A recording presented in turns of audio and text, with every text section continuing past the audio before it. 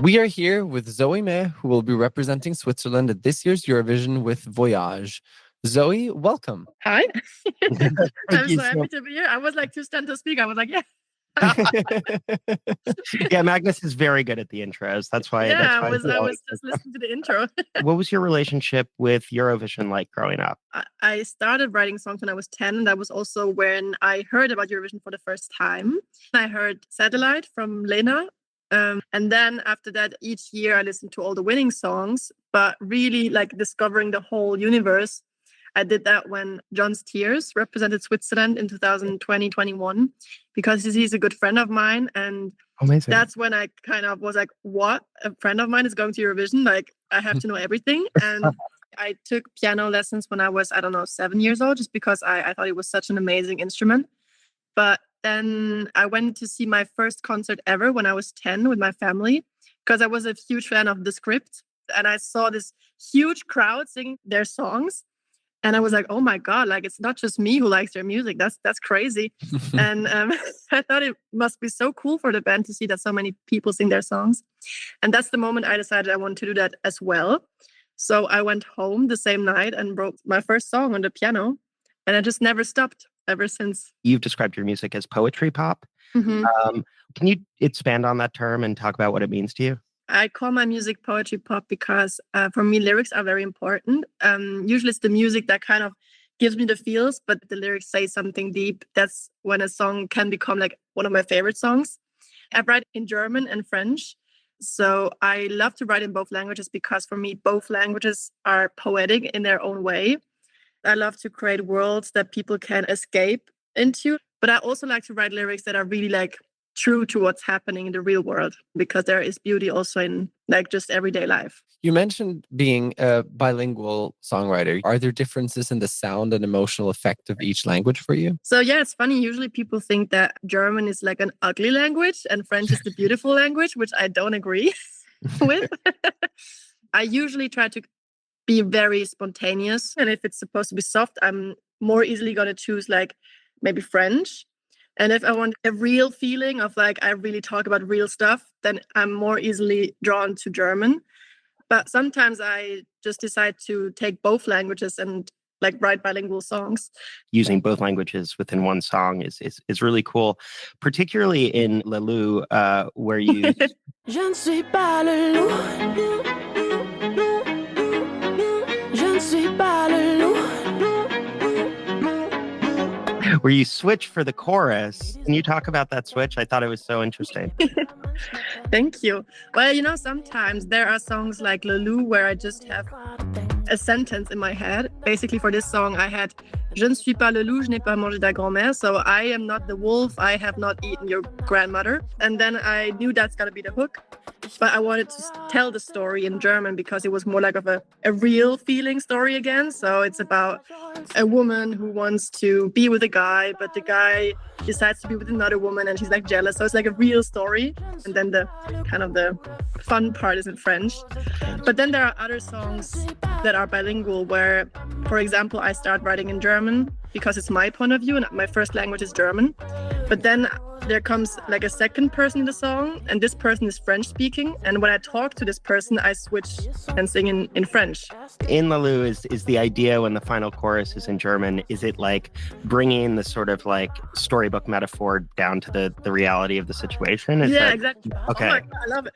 Are you a songwriter? Like, you get it. I mean, if you listen to Le Loup, for example, it's a song that's up tempo. Yeah. And people, when I play festival shows, they dance to that song. Yeah.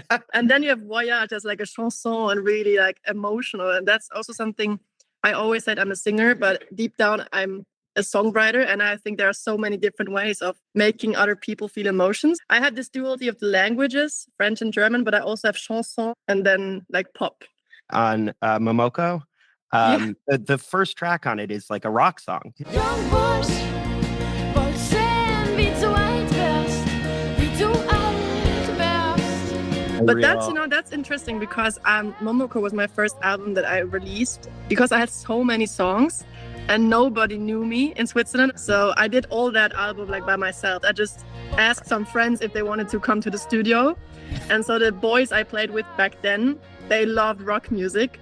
Okay. And I was like, feel free to do whatever you want to do. We come together and we make music. So my songs that I wrote on the piano that sounded like Voyage, became all of the sudden like rock songs. The songs on Momoko is not the sound that represents me the best, but I still want to keep the songs online because it's such an important part of how I became the artist that I am today. And I think you should be proud as a young artist that there are many steps. It's not an overnight success kind of thing. I hope that this album can inspire other young people who try to do music to just see Zoe didn't start with Voyage. She had to find herself as well. Der Schwarze Bass. Yeah.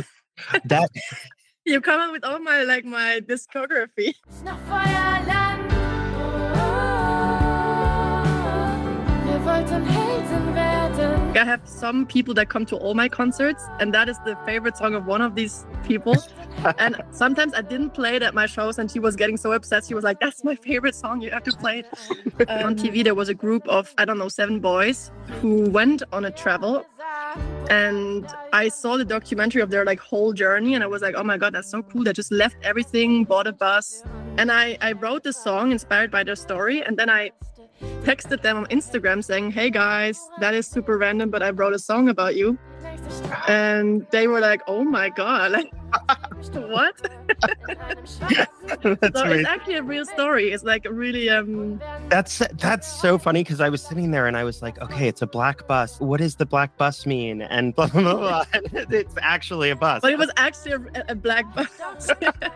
How do you think you've developed as an artist since that first album? And how has the process of creating and releasing music changed for you? All my songs, doesn't matter if it's like one of Momoko or even one of my songs before that or Voyage or the songs from my EP like Lulu, all these songs work on the piano. Like with the different years after Momoko, I was hit up by different producers who said, well, we love your music, but we feel like you haven't gotten to show your music in the way you want it to be. And I was like, yeah, exactly. I want to work with orchestra. I want to have more also electronic sounds come in. So I don't know, meeting these people has just allowed me to record the music in a sound world that I want to put it in. But songwriting wise, it has always stayed the same. I wanted to ask about Liste Interdit. Yeah, Liste des Interdits, yeah. Yes, there we go. Great. Much better. I love this interview. This is like my dream interview. Ma Belle, hätte ich gewusst, warum du schweigst, wenn ich sage, ich glaube, ich hab mich verliebt. Hätte ich gewusst. My friend and I, we fell in love with the same guy. And that's not an ideal situation. Fair. So we took a piece of paper and we wrote a list where she and I put names of guys that could potentially be interesting for us in the future. Like people that were like, oh, who could be our crush? And just write down names. So that was our little list of forbidden names. And the song is called List of Forbidden Names, so Liste des Interdits. And yeah, it's a song for friendship and about saying how sometimes no mister is more important than your sister.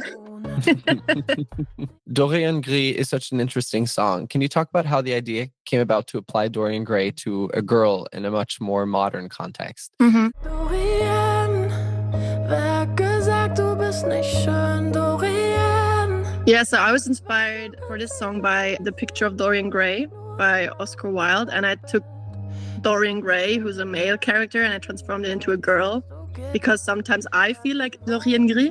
He wants to be beautiful and stay young forever. And for me, that's something that we see also nowadays with social media. So many people just kind of get lost in the fact that they want to have the perfect image and they lose a bit of the inner worth. And as an artist, it's super hard as well because people look at our profiles and want to see how does the artist represent themselves. So that's why I sometimes also feel like Dorian Gris, where in my past I was like, oh, I have to look a certain way, and now I just realized that where does it stop? How far do you want to go? Where will it ever be enough? And when we talk about my different songs, as you can see, it's always I'm very much about storytelling, and that's why I love this interview, because all of my songs I have a message behind it. My artist name is Zoë Më. Zoe in Greek means life, and Më in Japanese means I. And I've always said I observe life, listen to life, and write stories about life. I'm an artist with like message songs, and sometimes it's like hidden as like non-message songs. The storytelling aspect of your songwriting is a perfect setup to talk about Voyage. So I was asked if I wanted to write a song for Eurovision. And I said yes, of course, because as I said before, I fell in love with like Eurovision. I was really thinking like, if I have 3 minutes on that stage, what could I do? How could I help? And I was thinking that there's a lot of negativity in the world right now, and that I feel like we have to come together as people and be more kind again and like respectful and supportive to fight this negativity with positivity and love. And I was thinking, how can I put that in an image? So in the pre-chorus, I sing that flowers are more beautiful if we water them. And like, you've cut me so many times. That's what I sing. And the song is called Voyage, which means journey. And in the chorus, I sing, if you want, I'll take you on a journey with me. The journey really is like an invitation, some sort of like, I show you how I see the world. I want to be kind to others. And if you want to do that as well, then you're more than welcome to join me on that. Can you discuss the music video? What is it in the song that you wanted to bring out? And what relationship does the imagery in and tone of the video have to the staging you're planning? For me, like the video, I wanted to have 3 aspects. The first thing was the crosswalk.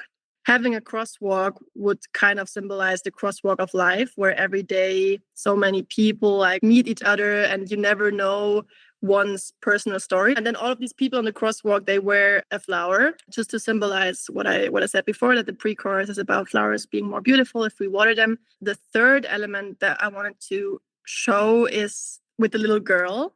I sing to her in the video. For me, what I like to see in it is that the little girl could be me, like a younger version of myself. The younger Zoë had to understand, like, maybe you want to be kind. And so it's also an invitation to myself, kind of.